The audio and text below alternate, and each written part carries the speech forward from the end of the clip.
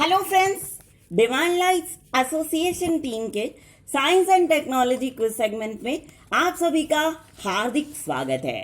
जी दोस्तों, ये जो सेगमेंट है वो यूपीएससी और other higher level administrative exam aspirants को ध्यान में रखते हुए हमने रिकॉर्ड किया है। तो चलिए शुरू करते हैं ये सेगमेंट। पहला क्वेश्चन है, अस्त्र मिसाइल के विषय में निम्न कथनों पर विचार कीजिए। तो पहला सही स्टेटमेंट है, इस मिसाइल की सीमा 100 किलोमीटर से अधिक है। दूसरा, अस्त्र हवा से हवा में मार करने वाली बियॉन्ड विजुअल रेंज मिसाइल है।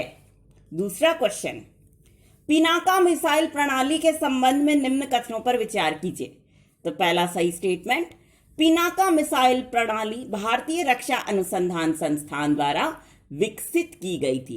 अच्छा, भारतीय रक्षा अनुसंधान संस्थान मतलब DRDO, defence research development organisation.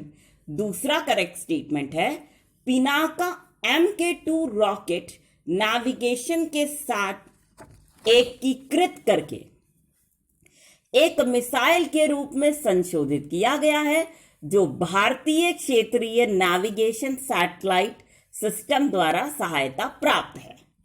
ठीक है, फिर से सुनिए इस स्टेटमेंट को। पिनाका MK2 रॉकेट को नेविगेशन के साथ एकीकृत करके एक मिसाइल के रूप में संशोधित किया गया है, जो भारतीय क्षेत्रीय नेविगेशन सैटेलाइट सिस्टम द्वारा सहायता प्राप्त है। चलिए नेक्स्ट क्वेश्चन पे हम चलते हैं। नेक्स्ट क्वेश्चन है, शक्ति 2019 के संयुक्त सैन्य अभ्यास में किन देशों ने भाग लिया था? शक्ति 2019 के संयुक्त सैन्य अभ्यास में किन दो देशों ने भाग लिया था? तो आंसर होगा भारत और फ्रांस। देखो, फ्रांस का जिक्र यहाँ पे क्यों हुआ? बिल्कुल सही बोला आपने कि अभी अभी हम लोगों ने राफेल विमान को रिसीव किया है। 5 राफेल विमान आए हैं 29 जुलाई 2020 को। तो ये राफेल विमान किस देश से संबंधित हैं? बिल्कुल सही, फ्रांस से, है ना। तो चलिए नेक्स्ट क्वेश्चन पे चलते हैं। इसके साथ साथ निम्न कथनों पर विचार कीजिए। पहला correct statement, INS Nilgiri P-17A frigates की कक्षा का पहला फ्रिगेट है। दूसरा, INS खांडेरी स्कॉर्पियन श्रेणी के प्रोजेक्ट 75 की दूसरी पनडुब्बी है। नेक्स्ट क्वेश्चन, GISAT के संबंध में निम्न कथनों पर विचार कीजिए। पहला स्टेटमेंट, GISAT पहला अत्याधुनिक और फुर्तीला पृथ्वी अवलोकन उपग्रह है, जिसे GSLV F10 द्वारा जियोसिंक्रोनस ट्रांसफर ऑर्बिट में रखा जाएगा। दूसरा, GISAT भारतीय उपमहाद्वीप के वास्तविक समय के अवलोकन की सुविधा प्रदान करेगा, जो लगातार एक निश्चित अंतराल में क्लाउड फ्री कंडीशन में है। अब चलते हैं हम नेक्स्ट क्वेश्चन पे। नेक्स्ट क्वेश्चन है, सारीन नामक रासायनिक हथियार में कौन कौन सी गैसें पाई जाती हैं? आंसर है फास्फोरस, फ्लोरीन और ऑक्सीजन। डबल FO, ठीक है, sorry PFO, phosphorus, fluorine, oxygen.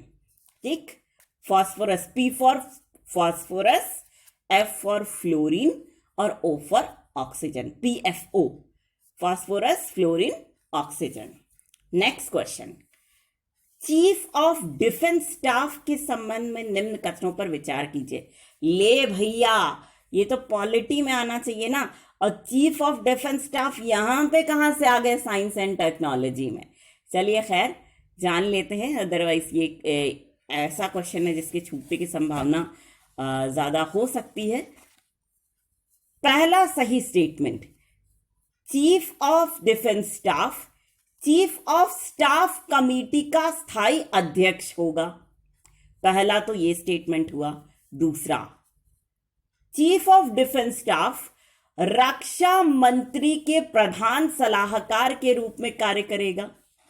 तीसरा, चीफ ऑफ डिफेंस स्टाफ सैन्य मामलों के विभाग का प्रमुख होगा। अब चलिए हम नेक्स्ट क्वेश्चन पे चलते हैं। नेक्स्ट क्वेश्चन है, भारतीय नाभिकीय शक्ति कार्यक्रम के संबंध में निम्न कथनों पर विचार कीजिए।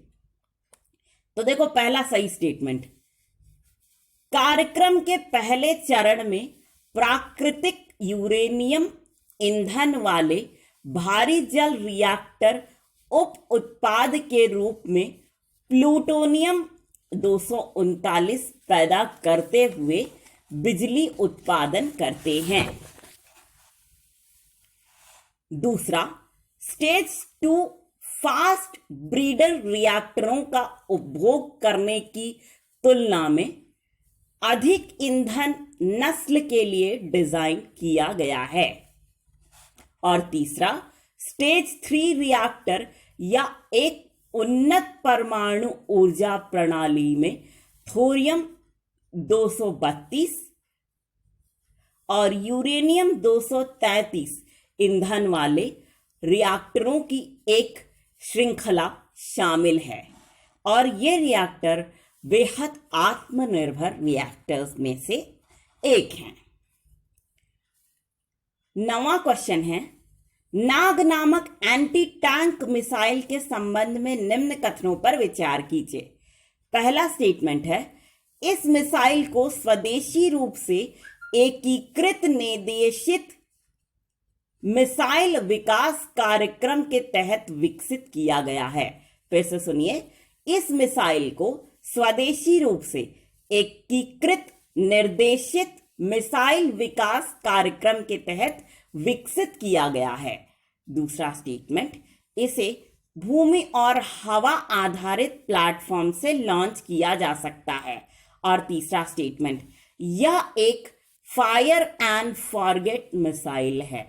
ठीक है, फायर और फॉरगेट जहां तक हमें समझ में आ रहा है वो ये है कि जैसे मान लो मिसाइल के संबंध में तो हम बता नहीं सकते, लेकिन ऐसे हम बता रहे हैं कि जैसे मान लो हम कहीं पे चल रहे हैं, ठीक है, मान लो जहां जहां, वैसे तो नॉर्मली हम जहां जहां चलते हैं वहां वहां मेरे पैर के निशान बन जाते हैं, ठीक, तो ये तो नहीं होगा। लेकिन फायर और फॉरगेट के सेंस में क्या होगा कि जहां जहां हम चल रहे हैं मेरे पैर के निशान मिट गए, बने ही नहीं वहां पे। ठीक है, तो ये हुआ फायर एंड फॉरगेट, किसी को पता भी नहीं चलेगा कि हम कहां से कहां तक गुजर गए। ठीक, तो मिसाइल के भी सेंस में इसी तरह की बात होगी। अदरवाइज ये मिसाइल का अगर पता होता तो हम बता देते, लेकिन सेंस यहां पे यही बन रहा है। ठीक, नेक्स्ट एंड लास्ट क्वेश्चन है, पार्कर सोलर प्रोब के संबंध में निम्न कथनों पर विचार कीजिए। आंसर है, पार्कर सोलर प्रोब लगभग 7 वर्षों में 7 फ्लाई बी के दौरान शुक्र के गुरुत्वाकर्षण का उपयोग करने के पश्चात धीरे धीरे अपनी कक्षा को सूर्य के निकट लाता है। यह तो हुआ पहला करेक्ट स्टेटमेंट। और दूसरा करेक्ट स्टेटमेंट है, यह मिशन नासा से संबंधित है। और नासा कहाँ, किस देश की स्पेस एजेंसी है? अमेरिका की। आपने बिल्कुल सही बोला है। तो दोस्तों, इसी सवाल और इसी जवाब के साथ हमारा ये सेगमेंट यहीं पर होता है खत्म। लेकिन फ्रेंड्स, हम आपसे एक रिक्वेस्ट ज़रूर करेंगे, वो ये है कि आप सभी लोग इस सेगमेंट को दिल खोल करके एंजॉय कीजिए और साथ ही इसे उन लोगों तक ज़रूर से ज़रूर पहुंचाने की पूरी कोशिश कीजिएगा, my most dearest of the dearest friends, जो लोग इंटरनेट फैसिलिटी का लाभ नहीं उठा पा रहे हैं, है ना। तो इसी छोटे से रिक्वेस्ट के साथ हम आप सभी के ढेर सारे प्यार, जुनून, जज्बात और कड़ी मेहनत के साथ साथ आप सभी की उस कोशिश को भी दिल से सलाम करना चाहेंगे, जिसकी बदौलत ना सिर्फ आप सभी नई नई ऊंचाइयों को छू रहे हैं, बल्कि साथ ही आप सभी हर क्षेत्र में अपनी योग्यता का परचम लहरा पाने में भी भली भांति सक्षम हैं। तो दोस्तों, इसी बात के साथ पूरी डिवाइन लाइट्स एसोसिएशन टीम की ओर से हम आप सभी को कहना चाहेंगे दिल से प्यार भरा नमस्कार।